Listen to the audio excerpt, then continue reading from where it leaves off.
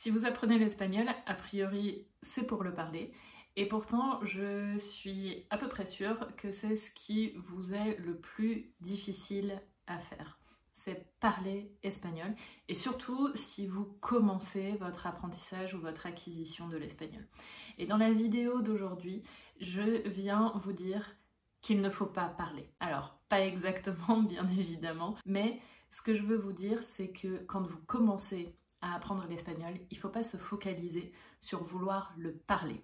Et je vous explique tout de suite pourquoi et que faire à la place. Hola, ¿qué tal? Je m'appelle Florence, je suis enseignante d'espagnol pour francophones qui vivent en Espagne ou qui veulent s'y installer. Et j'enseigne l'espagnol avec l'approche qu'on appelle l'acquisition des langues, donc l'acquisition naturelle, l'input compréhensible. Si vous ne savez pas ce que c'est, je vous mets une petite vidéo où j'explique tout ça. Et l'input compréhensible, si vous avez déjà vu mes vidéos, je pense que vous savez déjà ce que c'est l'input et vous allez peut-être en avoir assez de m'entendre raconter ce que c'est, mais c'est vraiment très important, c'est vraiment la base de l'acquisition de l'espagnol ou de n'importe quelle autre langue. L'input, c'est tout ce qu'on entend et ce qu'on lit dans la langue qu'on veut acquérir. Et c'est vraiment ça qui est primordial. C'est-à-dire que parler ou écrire, on appelle ça l'output, d'accord? Donc c'est ce qui sort et ça part de notre cerveau et ça va vers l'extérieur, donc output. Et en fait, tout ce qui est output, donc s'exprimer, parler, écrire, c'est ce qui résulte de l'input, tout ce qui résulte de ce qui rentre dans notre cerveau. J'aime bien utiliser l'image d'une plante, d'une petite plante que vous allez mettre en terre dans un pot par exemple.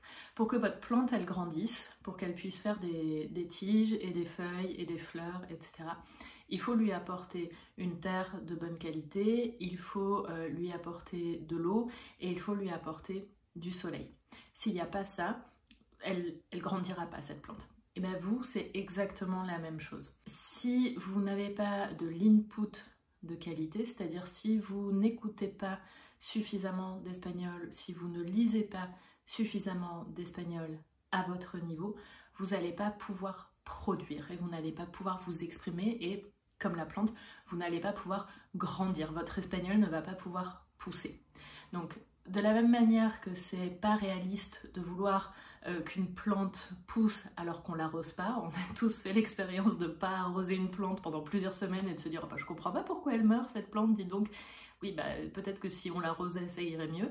Et bah, c'est exactement la même chose. On ne peut pas prétendre parler espagnol et s'exprimer en espagnol si auparavant on n'a pas eu suffisamment d'input, si on n'a pas été suffisamment exposé à la langue et si on n'a pas suffisamment lu et écouté. Alors quand je dis si on n'a pas été suffisamment exposé à la langue, ça ne veut pas dire qu'il faut que vous vous mettiez à regarder toutes les séries en espagnol, que vous vous mettiez la radio en espagnol 24h/24, que vous regardiez, je sais pas, que vous lisiez la presse en espagnol.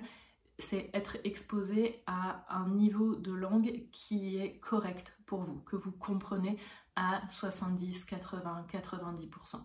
Parce que sinon, si vous débutez en espagnol et que vous vous mettez la Casa de Papel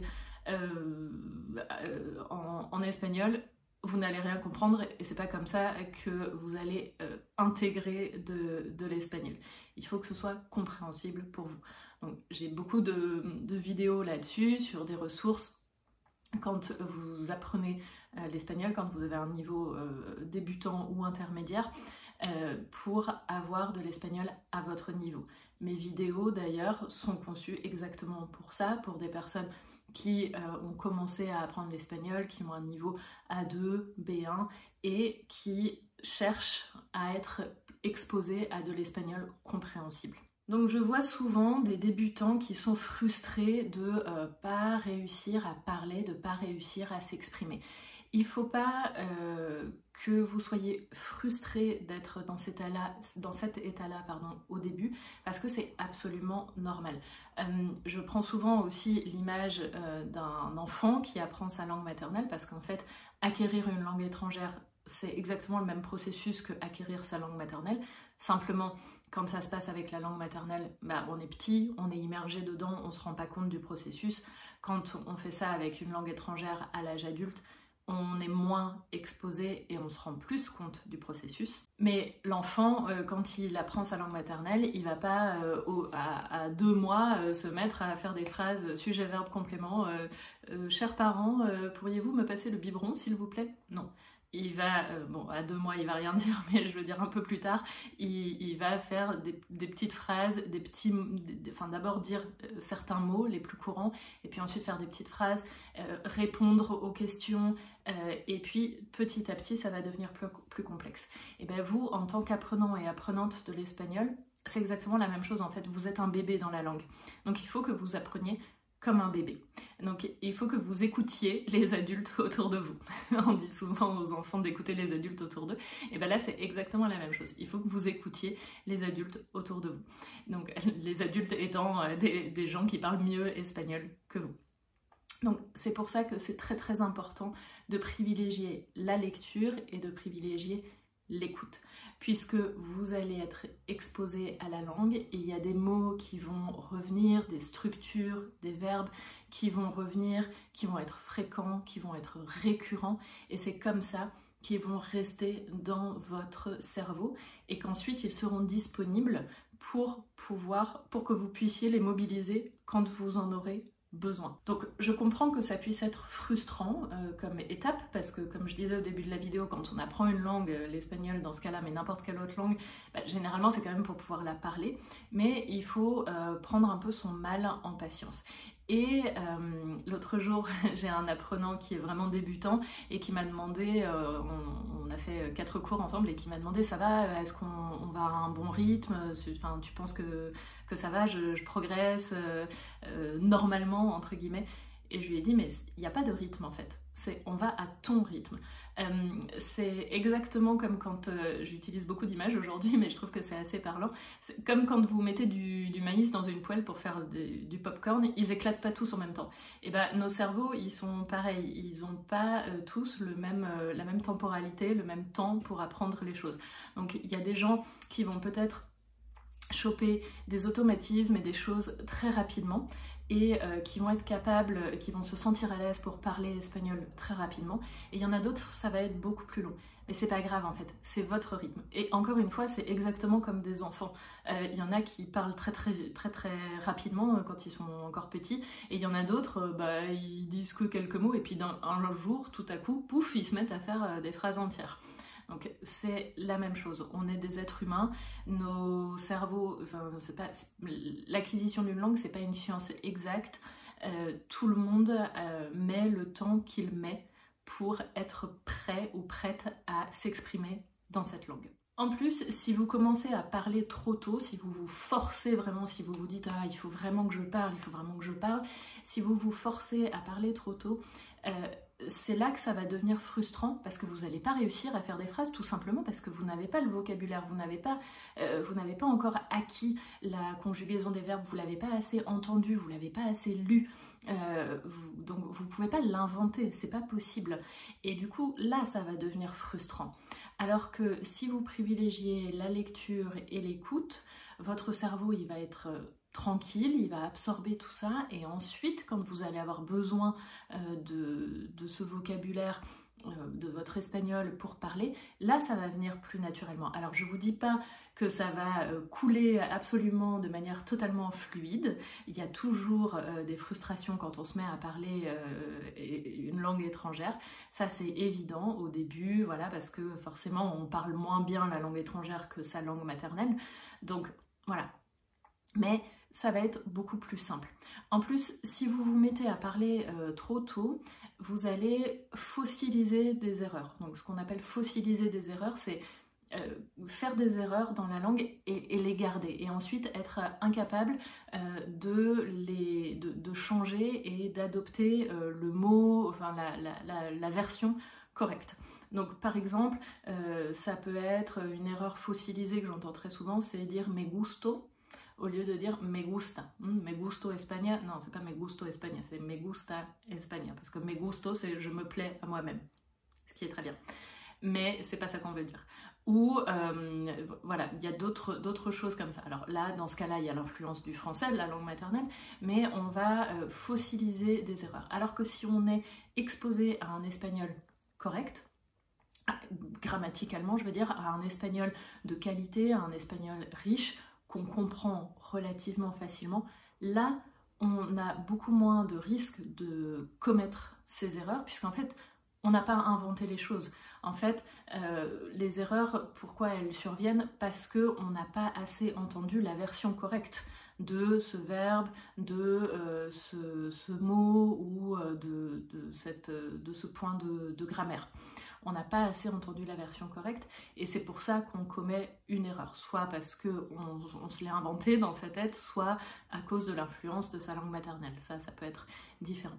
Alors que si vous avez beaucoup écouté de podcasts ou beaucoup regardé de vidéos pour espagnols débutants sur les choses qu'on aime, et ben vous aurez entendu suffisamment me gusta, me gustan, et vous n'allez pas commettre cette erreur de me gusto. Quand je dis qu'il ne faut pas parler espagnol dès le début, c'est pas entièrement vrai, c'est un peu provocateur, c'est un peu pour attirer votre attention, parce que ce que je fais moi dans mes cours, c'est que même quand j'ai des apprenants qui sont complètement débutants, je favorise quand même l'interaction. Donc je leur pose des questions qui sont vraiment très très simples. La réponse ça va être oui ou non, si ou non, ou je vais leur donner 2 options, ou voilà. Mais je vais vraiment leur demander, souvent je demande à mes apprenants de faire la réponse la plus courte possible.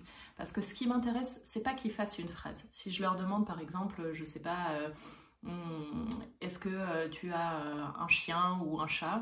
Je prends une question comme ça au hasard. Je m'attends pas à ce qu'ils me répondent oui, j'ai un chat et il est noir et blanc et il s'appelle machin et il aime les sardines. Non.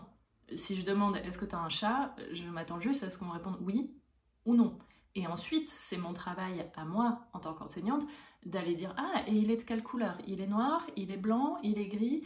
Et est-ce qu'il aime le lait? Est-ce qu'il aime... Bon, cette conversation, l'exemple n'est pas très bien trouvé parce que cette conversation n'a pas énormément d'intérêt, mais toujours est-il que ce que j'attends de mes apprenants, c'est qu'ils comprennent ce que je leur dis et qu'ils me donnent une réponse qui me permette d'être sûr qu'ils ont compris ce que j'ai dit. En fait, c'est pas tant la réponse qui m'importe. Si vous avez un chat et que vous voulez me parler de votre chat pendant le cours, super, mais c'est pas tant la réponse qui m'importe. Ce qui m'importe, c'est que la personne en face ait compris ce que je lui ai dit. Parce qu'au début, dans les premiers cours, c'est ça qui est important. C'est être exposé. Et du coup, moi, pendant ces cours-là, je parle beaucoup, forcément. Je fais des questions qui sont adaptées pour que la personne en face n'ait pas justement ce stress. Parce qu'on a tous connu, je pense, ce stress de quelqu'un qui nous pose une question en espagnol et on est là, waouh, alors je sais la réponse, je saurais parfaitement répondre en français, mais alors là en espagnol, j'ai pas du tout les mots qui me viennent. Donc moi, ce que je veux éviter dans mes cours avec mes apprenants qui sont à un niveau débutant ou faux débutant, même intermédiaire, hein, c'est le stress au moment de parler. Et si vous vous mettez à parler trop tôt, vous allez aussi vous créer un stress. Et c'est souvent pour ça qu'ensuite, même quand on arrive à un niveau intermédiaire, on peut bloquer, on peut associer le fait de parler avec un état de stress et un état de oh là là là là, je vais me tromper, je vais pas être sûre de moi. Alors que, en fait, si vous avez créé dès le début une ambiance où vous acquérez l'espagnol de manière détendue, de manière plaisante, et bien du coup au moment de parler ça va être la même chose, ça va être un plaisir plus qu'un stress. Et c'est quand même ça qu'on cherche in fine, c'est que parler espagnol ce soit pas un stress pour vous, pour que vous puissiez communiquer dans votre vie quotidienne. Donc si vous cherchez à vous améliorer en espagnol, tant la compréhension que l'expression orale, je vous invite à consulter mes offres de cours qui sont juste en dessous de la vidéo. J'ai une formule pour les débutants qui est donc basée sur beaucoup d'input et j'ai une formule intermédiaire où il y a aussi beaucoup d'input, mais où là je donne plus de liberté et d'espace aux apprenants pour qu'ils s'expriment, puisque arrivé au niveau intermédiaire, voilà, on peut commencer à s'exprimer un peu plus librement et avec un peu moins de stress et d'appréhension, et je fais en sorte que ces interactions-là, elles soient plaisantes. Si vous voulez vous inspirer de mon expérience personnelle, si vous voulez savoir comment moi-même j'ai réussi à parler espagnol couramment aujourd'hui et que ce soit plus une cause de stress, parce que ça l'a été à un moment donné, comment j'en suis arrivée à ce qu'aujourd'hui ce soit une langue que je parle couramment et c'est ma langue de travail et que je prends plaisir à parler au quotidien. Je vous explique tout ça dans ma prochaine newsletter qui partira mardi prochain. Donc si vous regardez la vidéo au moment où je la publie, vous pouvez vous inscrire à ma newsletter, le lien est juste en dessous de la vidéo, et je vous raconte tout ça mardi prochain, vous recevrez ça gratuitement dans votre boîte mail. Je vous retrouve la semaine prochaine pour une vidéo en espagnol cette fois-ci. Hasta luego!